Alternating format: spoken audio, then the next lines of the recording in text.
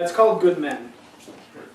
At my front door, Billy the Kid hoists a coon dog puppy by the scruff of its neck and asks if it belongs to me. I tell him the pup's not mine, and he slouches to one side like his kneecap disintegrates and asks me again, as if he doesn't believe me.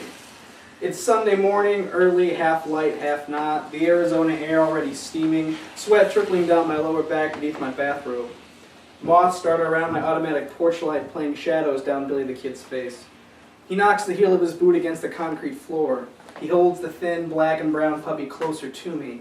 It hangs from his grip, limp like it's dead, and I ask if it is, and Billy the Kid shoots me a look like I just asked him to take down his pants or something. "Of course not, dummy," he says. He shakes the puppy back and forth. Its eyes flutter open in small black dots. I should have killed it though," Billy the Kid adds.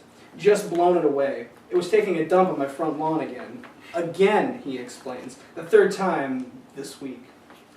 Billy the Kid gestures to his left, to the small red brick bungalow next door with the purple flowers hanging in pots from the eaves of the front porch. It looks just like my house, and an identical twin, which is really an identical twin to the house next to his and the one next to that and so on. It's a family-friendly part of town, the place where couples come to settle down. Here, Billy the Kid sticks out like a sore thumb, and I wonder how long he's been living next to me. I'm not the most observant guy. A warm breeze rushes on my skin and sucks the smell of brewing coffee from my kitchen out into the pre-dawn air. I can tell Billy the Kid smells it too, his nose twitching, his mangy-looking face snapping into action, bushy eyebrows rising, his thin, buck-toothed smile cracking just slightly. He leans forward with terrible curved posture like he wants to be invited in, like he wants to feel another person's touch. "Sorry," I tell him, "it's not my dog. It's been doing that on my lawn too for the past few weeks." What'd you do about it?" he asks. "Just shoot it away." "Weak," he says in snorting laughter. "Do you know whose dog it is?"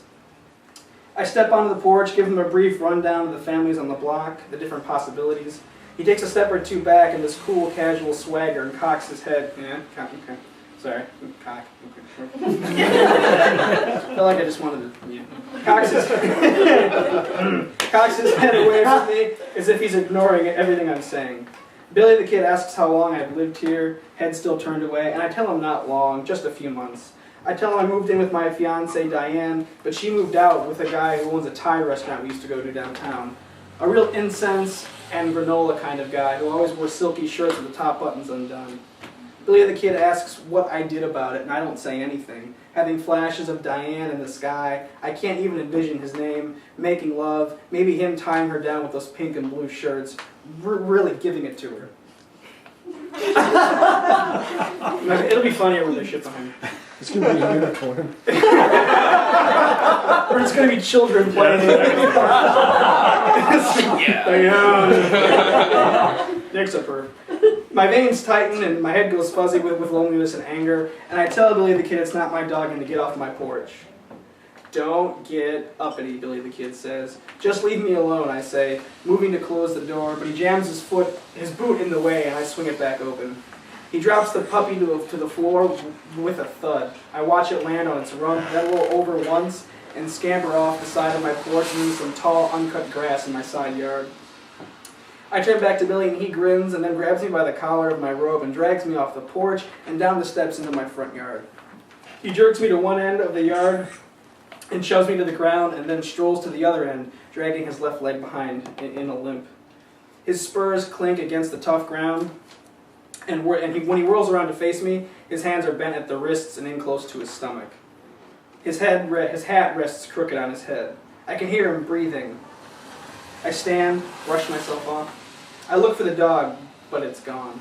A few of the neighbors have stuck their heads out to see what all the commotion is, hands cupped to their mouths or winged over their hearts in concern. "What the hell's your problem?" I shout, walking back to my house. Billy the Kid holds up his hand like a traffic cop.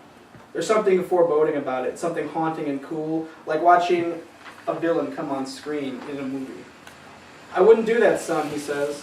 He lowers his hand to his holster, his middle finger brushing over the black leather pouch. "I'm going to teach you something about being a man," he says. "That's how we're going to settle this." "What the hell are you talking about?" Billy the Kid grins. He spits out of the side of his mouth. "Draw," he says. I just stand as still as possible. My body goes cold and clammy, and I can feel my hands trembling with fear of the unknown, of what might happen next.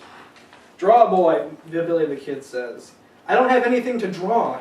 Where's your arm? My what? Your arm, damn it. Your arm, your arm. He slaps his holster now twice and hard. I don't have an arm. It was like Ruth's like laughing, and I was like, yeah, that was funny when I wrote it. It was like that echoed in my head. And then it wasn't. Jesus Christ, Billy the Kid says, shaking his head. More spit, more knocking the heel of his boot against the ground. He makes like he's rolling a marble around his mouth, his gaze drifting away as if he's thinking about something big, then snaps his eyes back to me and makes a click sound with his tongue and says, dance, boy, dance. And in a blur, he rips his six-shooter from the holster and fires a shot into the ground right before my feet. Dirt kicks up and I jump back, almost pissing myself. He laughs deep and then fires again in front of my feet. More flying dirt, more jumping, and this time I actually do piss a little, warm against my skin, heavy and cold and heavy. So piss kits, is that what it is? PP is what R&D? People love piss. I love you all love piss, okay. I should have made a note. Just pee it all over. Just pee it. Something German behind it. Where was Rammstein. That's what it's going to be. Du hast Mensch. It's going to be like films or something. Billy the Kid empties the chamber and I leap to the air left and right, avoiding each shot, landing awkwardly on my ankle with the last one, and rolling onto the ground in a sharp numbing pain. The echo of each shot still rings high in the air. The neighbors are gone. They've retreated into their homes. Billy the Kid stands over me for a moment, then bends down to my level. He drags a finger over my ankle, which is probably sprained, and I wince from his touch. He pats me on the shoulder twice, smiling, and then points to the ground in between us. 6 holes in the dirt, small dimples of earth, all in a row. Perfect. Still got it, he says, as if he's talking to himself. He digs a finger into the ground and after a moment of working pulls a bullet up. He pinches it between his fingers, kisses it, and then replaces it in the ground. He looks at me, says, this is how you handle things. A good man ain't necessarily a good neighbor. You're a good neighbor. I don't know what that means, I say. You will, he says. He just lightly taps cheeks and offers me a hand getting up. Once on my feet, he says he's got beer in his fridge. Some cigarettes on the kitchen table, hand-rolled and sweet-tasting, none of that Marlboro garbage. It'll help with the ankle, he adds. We cross my yard into his. What? Holy shit. Whose dog is that? Oh! If he poops in the next 4 lines, it's going to be awesome. Like, I swear to God, if he takes a dump in the next 4 lines, it's going to be great. You will, blah, blah, blah. We cross my yard into his, both of us limping. There, just before the front porch steps, we find the coon puppy crouched over his morning paper taking a shit.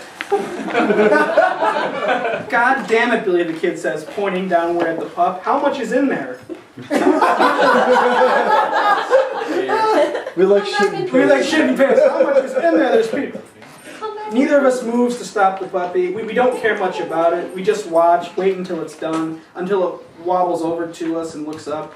It leans back on its hind legs and paws at me, then rolls over on the ground, wanting to be petted. Don't worry, I say, bending over and scooping the puppy up. We'll find the owner later. We'll figure it out. We'll find the owner later. We'll figure it out. I'll have to reload before we set out, Billy the Kid says. Don't let me forget. I'll remind you, I say. It's the 3rd page here. There she is. We step over the small clump of dog shit. We sit in this kitchen amongst potted plants and a small herb garden on the windowsill, and fresh loaves of bread that Billy the Kid claims he baked himself. We get drunk.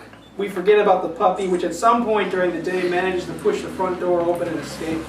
We forget about trying to track down the owner.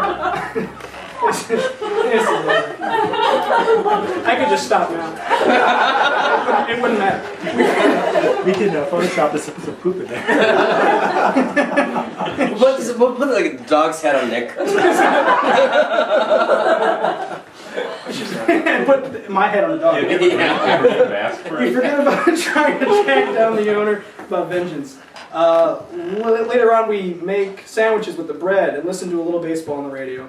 We smoke all his cigarettes, and he teaches me how to roll more, and then we smoke these too. He asks me to call him Bill. He says I might be a good man after all. We become very close.